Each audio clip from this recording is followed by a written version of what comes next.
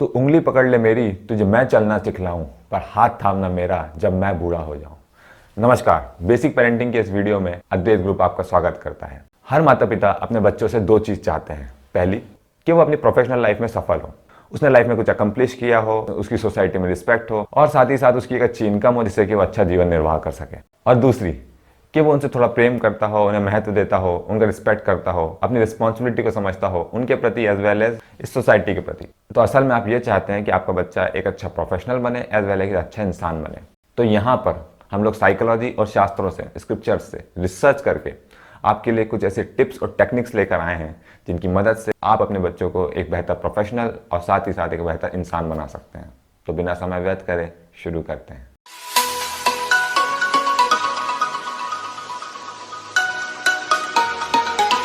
Basic parenting के इस video में हम लोग तीन चीज को समझेंगे। नंबर 1, बेसिक पेरेंटिंग के स्टाइल्स क्या क्या हैं। नंबर 2, आपको पेरेंटिंग करते समय किन किन चीजों का ध्यान रखना चाहिए। और नंबर 3, कि बच्चे की किस एज में उसके साथ किस प्रकार व्यवहार करना चाहिए। हम 5 साल के बच्चे के साथ और 25 साल के बच्चे के साथ एक जैसा व्यवहार नहीं कर सकते। तो सबसे पहले हम समझते हैं बेसिक पेरेंटिंग के स्टाइल्स के बारे में। डायना बाउमरिन, जो कि एक क्लिनिकल साइकोलॉजिस्ट थी, उन्होंने अपनी रिसर्च और ऑब्जर्वेशन से 4 प्रकार के बेसिक पेरेंटिंग के स्टाइल्स बताए। उसमें नंबर 1 पर है अथॉरिटेरियन। अथॉरिटेरियन यानी वो माता पिता जो अपने बच्चों पर दबाव बनाकर रखते हैं। उदाहरण के तौर पर आपने तारे ज़मीन पर मूवी देखी होगी, उसमें ईशान के पिता थे, उनका जो बिहेवियर है वो अथॉरिटेरियन पेरेंटिंग स्टाइल है। आज के बाद कोई घर पे कंप्लेन लेके आया ईशान, वन मोर कंप्लेन सीधा बोर्डिंग स्कूल में। और एक इसका बहुत अच्छा उदाहरण आपको मैं बताता हूं, वो है दंगल मूवी में जो महावीर फोगाट जी है, जो आमिर खान का जो रोल रहता है अपने बच्चों के प्रति, वो जो पेरेंटिंग स्टाइल है, वो पेरेंटिंग स्टाइल एक बिल्कुल सटीक ऑथोरिटेरियन पेरेंटिंग स्टाइल का एग्जांपल है। आज से तुम दोनों पहलवानों की जिंदगी जियोगी। बापू सेहत के लिए रुकना नहीं है। तू तो हानिकारक है, हम पे थोड़ी दया तो कर, हम नन्हा बालक है। डिसिप्लिन इतना, डिसिप्लिन इतना, खुद खुशी के लायक है। बापू सेहत। इस प्रकार के माता पिता अपने बच्चों से प्यार तो करते हैं पर उन पर थोड़ा दबाव बना के रखते हैं। तो इस प्रकार की पेरेंटिंग में कई बार बच्चे प्रोफेशनली सफल भी हो जाते हैं और कई बार आपके विरोधी भी हो जाते हैं। दूसरे नंबर पर है परमिसिव या इंटेलिजेंट पेरेंटिंग स्टाइल। वो माता पिता जो अपने बच्चे की हर इच्छा को पूरी कर देते हैं। बच्चे को कुछ चाहिए तो वो दिला दिया, बच्चे को कुछ खाना है तो वो खिला दिया, हर इच्छा जो उनकी पूरी करते चले जाते हैं। वो माता पिता इस पेरेंटिंग स्टाइल की श्रेणी में आते हैं।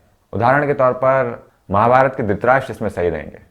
कई बार दुर्योधन गलत रास्ते में जा रहा था, तब भी उन्होंने दुर्योधन का सपोर्ट ही किया। तो इस प्रकार की पेरेंटिंग स्टाइल को कहा जाता है परमिसिव या इंटेलिजेंट पेरेंटिंग स्टाइल। इस प्रकार की पेरेंटिंग स्टाइल को भी बहुत सही नहीं माना जाता। ज्यादातर केसेस में इस प्रकार की पेरेंटिंग स्टाइल के बच्चे बिगड़ जाते हैं। अच्छा, आचार्य चाणक्य ने भी अपनी चाणक्य नीति में इस प्रकार की पेरेंटिंग स्टाइल का थोड़ा सा विरोध किया है। उनका कहना है कि माता पिता को जरूरत पड़ने पर अपने बच्चे को थोड़ा डांटना भी चाहिए, उसकी थोड़ी ताड़ना भी करना चाहिए, इससे उसके गुण निखर कर आते हैं।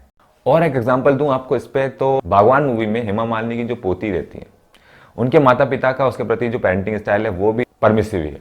वो रात में कई बार घूमने जा रही होती है, बिना बताए कहाँ जा रही है, तो भी वो उसको रोकते नहीं है, कभी भी उसको सपोर्ट करते रहते हैं। तो इस प्रकार का जो पेरेंटिंग स्टाइल है उसे कहा जाता है परमिसिव पेरेंटिंग स्टाइल। तीसरे नंबर पर है नेग्लेक्टफुल पेरेंटिंग स्टाइल।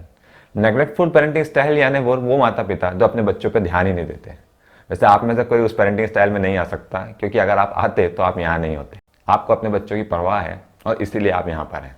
फिर भी एक एग्जाम्पल अगर आपको इसका दूं, तो वो बाप नंबर ही बेटा 10 नंबर ही मूवी देखी होगी आपने। तो उसमें कादर खान और उसके बच्चे का जो रिलेशन है वो नेग्लेक्टफुल पेरेंटिंग स्टाइल है।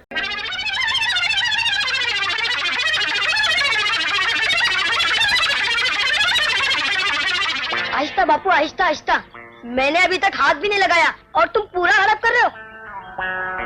नजर मत लगा यार, जब से पैदा हूं जिंदगी पहली मर्तबा जितना पेट भर के खाना खाया है। ये पेरेंटिंग स्टाइल सबसे खराब मानी जाती है। इसमें आपके बच्चों के बिगड़ने के चांसेस बहुत ज्यादा होते हैं। चौथे नंबर पे जो पेरेंटिंग स्टाइल है वो है अथॉरिटेटिव या डेमोक्रेटिक पेरेंटिंग स्टाइल। ये पेरेंटिंग स्टाइल सबसे बेहतर मानी जाती है। इसमें क्या होता है कि माता पिता अपने बच्चों के साथ बैठते हैं, बैठ के बात करते हैं और बात करके सॉल्यूशन निकालते हैं। इस प्रकार की पेरेंटिंग स्टाइल में बच्चों के बिगड़ने के चांसेस सबसे कम होते हैं और बच्चों पे ज्यादा प्रेशर भी नहीं पड़ता, जिससे कि वो इमोशनली भी माता पिता से बात शेयर कर पाते हैं। उदाहरण के तौर पर आपने MS धोनी मूवी देखी होगी, तो उसमें माही का उसके पिताजी के साथ जो रिलेशन रहता है, तो अनुपम खेर जी माही पर प्रेशर तो बना के रखते हैं, पर जब वो कोई रिक्वेस्ट करते हैं या कोई बात कहना चाहते हैं तो उनकी बात स्वीकारते भी हैं। तो ये करीब करीब एक डेमोक्रेटिक पेरेंटिंग स्टाइल में आएगा। भारत में कई सारे माता पिता इस पेरेंटिंग स्टाइल को फॉलो करते हैं। चलिए, ये तो थे बेसिक पेरेंटिंग के स्टाइल्स। अब हम ये जानते हैं कि पेरेंटिंग करते समय हमें क्या क्या चीज़ें दिमाग में रखना चाहिए। तो पेरेंटिंग करते समय हमेशा आपको 3 F दिमाग में रखना चाहिए: फर्म, फेयर और फ्रेंडली। फर्म बोले तो अपने बच्चों के साथ कुछ चीज़ों पे मजबूत रहिए। बेटा, आप जब भी किसी बड़े से बात करेंगे तो आप करके बात करेंगे और रिस्पेक्ट से बात करेंगे। अगर कोई बड़ा आता है तो आप हाथ जोड़ के नमस्ते करेंगे तो करेंगे। तो इन चीज़ों पे बातचीत नहीं होगी। ये वो चीज़ें हैं जिन पे आपको मजबूत होना चाहिए। अगर आप इन चीज़ों को लेकर मजबूत रहेंगे तो आपके बच्चे डिसिप्लिन, ऑर्गेनाइज और एक रिस्पॉन्सिबल ह्यूमन बीइंग के रूप में उभरेंगे। फर्म का एक एग्जाम्पल देता हूँ आपको। एक बार आईपैड के लॉन्च पर न्यूयॉर्क टाइम के जर्नलिस्ट निक बिल्टन ने स्टीव जॉब से क्वेश्चन पूछा कि पूरी दुनिया आईपैड को लेकर पागल हो रही है, तो आपके बच्चों का इसको देखकर क्या रिस्पॉन्स है। तो स्टीव जॉब्स ने इस पर रिप्लाई किया, अच्छा, उन्हें इसके बारे में कुछ नहीं पता, हमारे घर में आईपैड अलाउड नहीं है। अब आप स्वयं सोचिए कि स्टीव जॉब्स ने स्वयं आईपैड बनाया, पर अपने घर में अपने बच्चों को उसे यूज करने के लिए परमिशन नहीं दी, क्योंकि वो जानते हैं कि आईपैड का उनके बच्चों पे क्या प्रभाव पड़ेगा। देखिए, आजकल पेरेंट्स अपने बच्चों को बचपन में ही मोबाइल दे देते हैं। इसके उनके ऊपर बहुत गहरे प्रभाव पड़ते हैं। सबसे पहला प्रभाव तो उनकी विजन पे पड़ता है, उनको बचपन में ही चश्मे लगने लगते हैं। दूसरी चीज कि बच्चा अगर फ्री रहता है और इसमें अगर वो खेलता है तो उसकी फिजिकल एबिलिटी बढ़ती है, जिससे कि उसको फिजिकली तेजी से ग्रो करता है, बेहतर तरीके से ग्रो करता है, और वो ज्यादा खुश भी रहता है। और जब वो खेलता है तो वो हंसता है, खुश होता है, जिससे कि वो मेंटली ग्रो करता है। बच्चों के लिए खेलना कूदना बहुत जरूरी है। खेलने कूदने से मेरा मतलब फिजिकली खेलने कूदने की बात कर रहा हूं मैं, मोबाइल में गेम खेलने की नहीं। जब बच्चे खेलते हैं तो उनकी बॉडी में एंडोर्फिन नाम का एक हार्मोन रिलीज होता है, जो कि इन्हें एक पॉजिटिव फीलिंग देता है, उन्हें खुशी की स्थिति देता है। तीसरा जो एफ है वो है फ्रेंडली। अपने बच्चों के साथ थोड़ा सा मित्रतापूर्ण व्यवहार करिए। देखिए, आप या कोई भी हमेशा फेयर नहीं रह सकता, हम सबसे गलतियां होती हैं। तो अगर आप थोड़ा फ्रेंडली व्यवहार मेंटेन करते हैं और अगर आपसे कोई गलती हो भी जाए तो भी वो सब मैनेज हो जाएगा। चलो, ऐसा सोचिए कि आप जब बच्चे थे और आपको कोई प्रॉब्लम आती थी तो आप पहले किसको बताते थे? फ्रेंड्स को या फैमिली को? फ्रेंड्स को। तो आपका व्यवहार अपने बच्चों के साथ कुछ ऐसा होना चाहिए कि जब भी उनकी लाइफ में कोई प्रॉब्लम आए तो आप वो पहले व्यक्ति हो जिसको वो अप्रोच करें। लाइफ में जब भी वो कोई गलत डिसीजन लेने वाले हो तो आप वो पहले व्यक्ति हो जिससे आगे वो बातचीत करें। अगर आप अपने बच्चों के साथ इस प्रकार का व्यवहार मेंटेन कर पाते हैं तो उनकी गलत दिशा में जाने के चांसेस बहुत कम हो जाएंगे। अब पेरेंटिंग अकॉर्डिंग टू एज पे बात करते हैं, मतलब अपनी जो पेरेंटिंग है उसे किस एज में किस प्रकार रखें।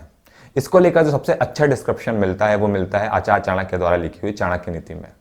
आचार्य चाणक्य अपनी चाणक्य नीति के 3 अध्याय के 18वें श्लोक में बोलते हैं, लालेत 5 वर्षाणि 10 वर्षाणि ताड़ेत प्राप्ते तु षोडशे वर्षे पुत्रम मित्रवदाचरेत।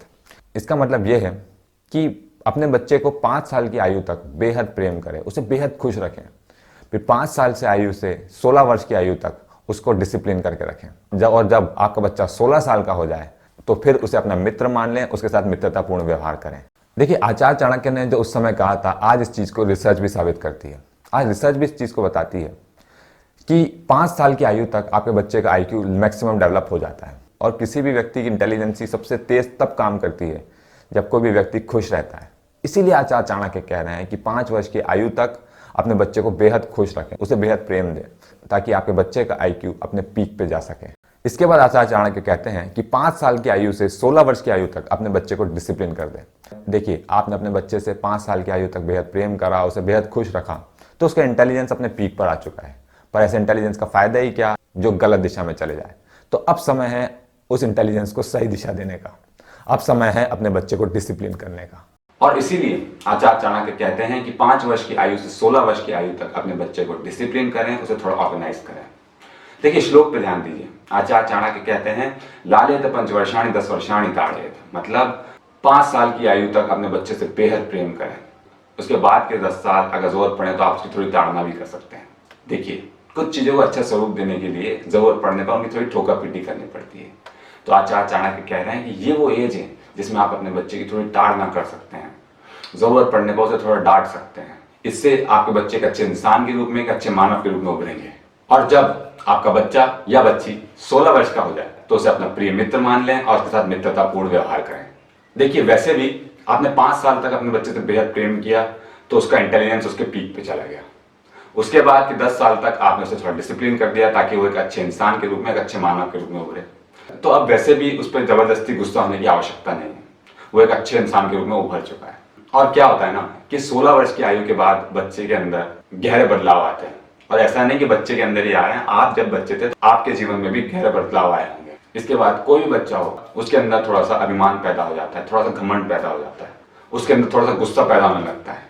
तो अब अगर आप डांटेंगे, चिल्लाएंगे, तो आपके और उसके बीच में क्लैश होगा। देखिए, 16 वर्ष की आयु के बाद बच्चे की लाइफ में बहुत सारी प्रॉब्लम्स आती हैं, तो आपका व्यवहार अपने बच्चे के साथ ऐसा होना चाहिए कि अपने लाइफ की हर प्रॉब्लम को वो आपको आके बता सके। उसके मन में विश्वास होना चाहिए कि पूरी दुनिया उसके विरोध में चले जाए, आप उसका साथ हमेशा देंगे, आप उसके साथ हमेशा खड़े होंगे। और अगर वो अपनी प्रॉब्लम्स आपके साथ शेयर कर पाता है तो आप एक अच्छे मार्गदर्शक के रूप में उसे दिशा दे सकते हैं, उसे सही रास्ते पे लेके आ सकते हैं।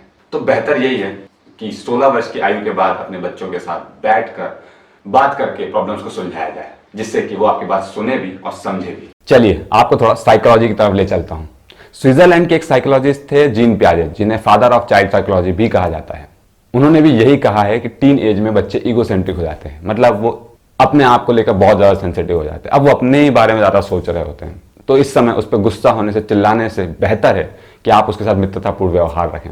और साथ ही में जीन पियाजे ने इस एज को गैंग एज कहा है, मतलब इस एज में बच्चे के बहुत सारे फ्रेंड्स होते हैं, तो आपको उनका सबसे अच्छा मित्र होना चाहिए, क्योंकि उसके पास ऑप्शंस बहुत सारे, जिनके साथ वो अपनी बातें शेयर कर सकता है। तो आपको ऐसा ऑप्शन होना चाहिए जिन पे उन्हें सबसे ज्यादा भरोसा हो। पेरेंटिंग को लेकर ये सारी इंफॉर्मेशन आपके लिए केवल तभी काम आएगी जब आप इसके साथ अपनी इंटेलिजेंस का यूज करेंगे। पेरेंटिंग को लेकर वीडियो बनाने का औचित्य बस यही है कि शायद इस इंफॉर्मेशन से, इस जानकारी से कुछ थोड़ी बहुत ही सही मदद हो आने वाली पीढ़ी को बेहतर दिशा देने में। वो क्या है ना, इस सोसाइटी को बेहतर बनाने के लिए बेहद आवश्यक है कि हम आने वाली पीढ़ी को सही दिशा दें, उनका थोड़ा ख्याल रखें। ख्याल करना बहुत ज़रूरी है। इसमें इलाज की शक्ति है, एक मरहम है जिससे दर्द मिटता है। बच्चे को तसल्ली हो जाती है कि उसका कोई ख्याल करता है।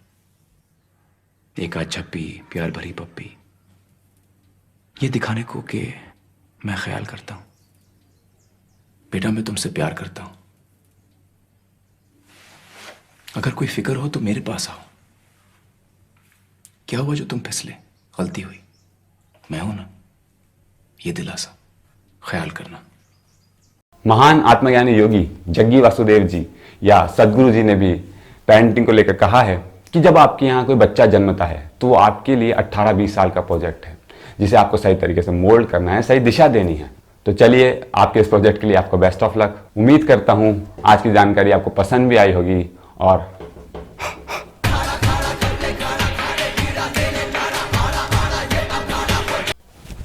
समझ भी। धन्यवाद।